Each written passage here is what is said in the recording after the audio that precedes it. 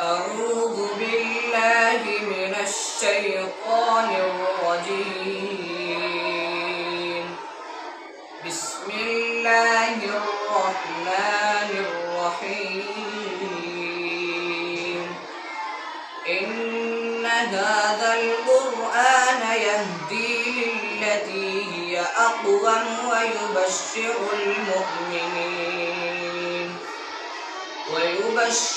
المؤمنين الذين يعملون الصالحات أن لهم أجرا كبيرا، وأن الذين لا يؤمنون بالآخرة أعتدنا لهم عذابا أليما. ويدعو الإنسان بالشر دعاءه بالخير، وكان الإنسان عجولا. وجعلنا الليل والنهار آيتين فمحونا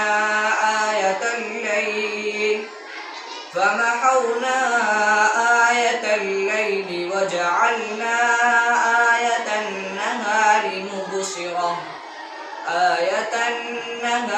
مبصرة لتبتغوا فضلا من ربكم ولتعلموا عدد السنين والحساب، وكل شيء فصلناه تفصيلا.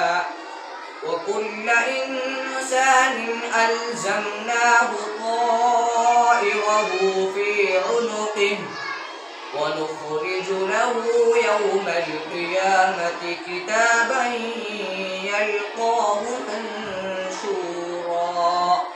صدق الله العظيم.